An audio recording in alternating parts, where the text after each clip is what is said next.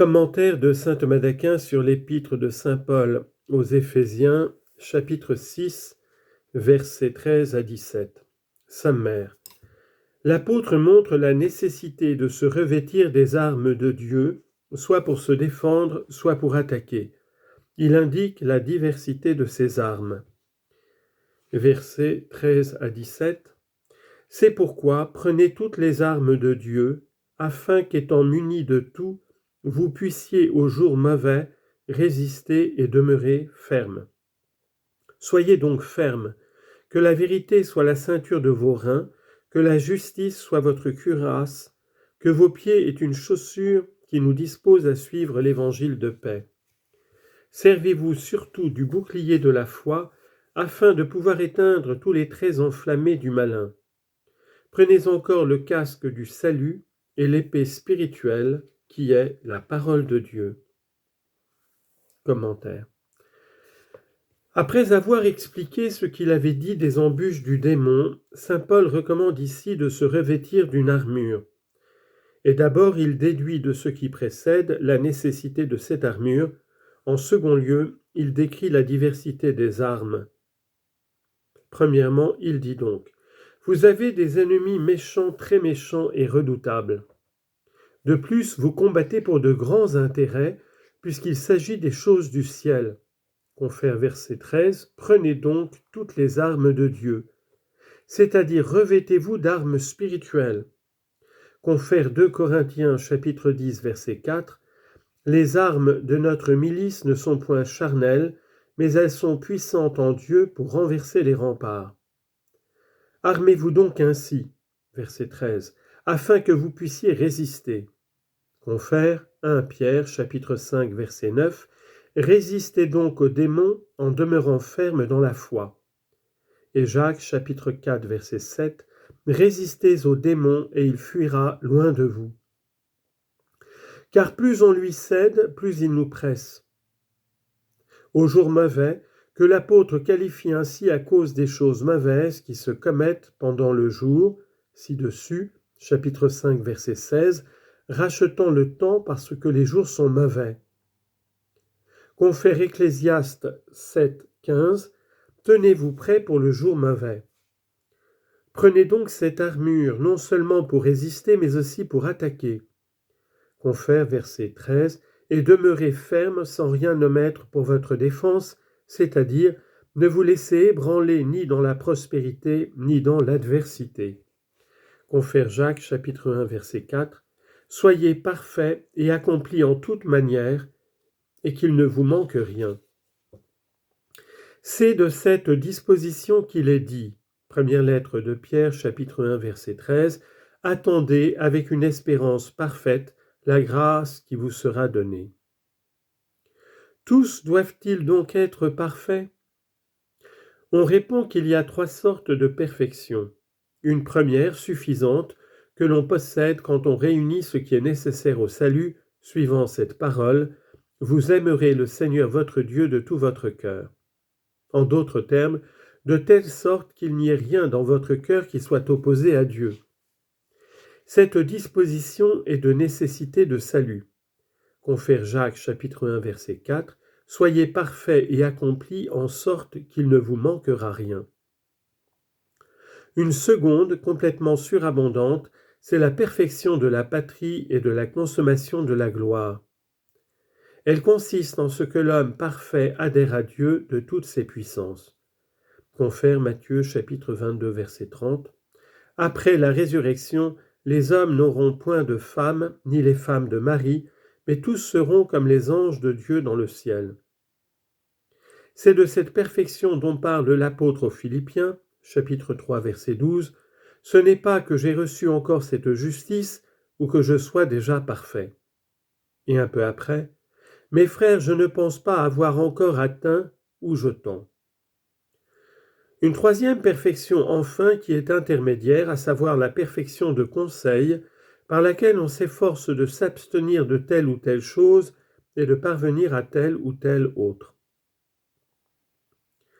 Quand l'apôtre dit au verset 4 « Soyez donc fermes », il décrit la diversité des armes spirituelles. Or ces armes sont de 3 sortes. à la similitude des armes corporelles dont les unes servent comme de vêtements pour couvrir, d'autres pour protéger, d'autres enfin pour attaquer. 3 choses sont nécessaires pour le vêtement. Premièrement, qu'il soit soutenu par une ceinture. C'est ce qui fait dire à saint Paul au verset 14, « Tenez-vous ferme et prenez pour ceinture de vos reins. » Toutefois, on se couvre du vêtement avant de se ceindre. Mais l'apôtre suit ici l'ordre des armes spirituelles. Car dans le combat spirituel, il est nécessaire d'abord de comprimer les convoitises de la chair, de même qu'à la guerre, il faut vaincre d'abord l'ennemi le plus voisin. Or, on y arrive en saignant ses reins, dans lesquels la luxure a toute sa force, et on en triomphe par la tempérance opposée à la gourmandise et à la luxure. Confère Luc 12, 35, que vos reins soient sains. Confère encore Job 38, 3, saignez vos reins comme un homme. Mais que cette ceinture soit, verset 14, la vérité, c'est-à-dire que l'intention soit droite, qu'il n'y ait aucune dissimulation. Une autre version porte la charité. Confère 1 Corinthiens 16, 14, faites avec amour tout ce que vous faites. Deuxièmement, l'apôtre recommande de vaincre la cupidité des biens terrestres. Or, il y a contre elle une double armure. D'abord la justice et ensuite le renoncement à ses biens mêmes. L'apôtre prescrit d'abord de ne point nous emparer injustement des biens de ce monde, c'est la justice.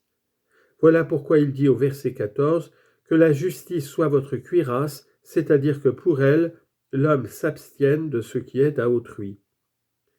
La justice s'appelle cuirasse parce que de même que la cuirasse couvre les membres du corps, la justice protège toutes les vertus. Confère Sagesse, chapitre 5, verset 19, il prendra la justice pour cuirasse et pour casque l'intégrité de son jugement. Il ordonne ensuite de déposer le soin superflu des choses du temps, parce que, lorsque nous nous en occupons avec excès, nos pieds ne sont point préparés pour vaquer aux choses de Dieu et annoncer ses mystères. C'est ce qui lui fait dire au verset 15 que vos pieds aient une chaussure, c'est-à-dire que vos affections soient disposées. Ajoutez, pour la prédication de l'évangile de paix.